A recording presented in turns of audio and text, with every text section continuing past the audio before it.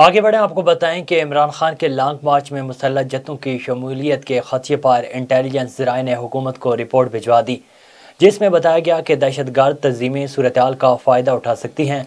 Long मार्च से मुतल्लिक intelligence ज़राए की रिपोर्ट में कहा गया कि इश्तियारी और जराइम पेशा अनासर में मुलव्वस अनासर की मुजाहिरीन की शक्ल में लॉन्ग मार्च में शामिल होने की इतलात मिली हैं।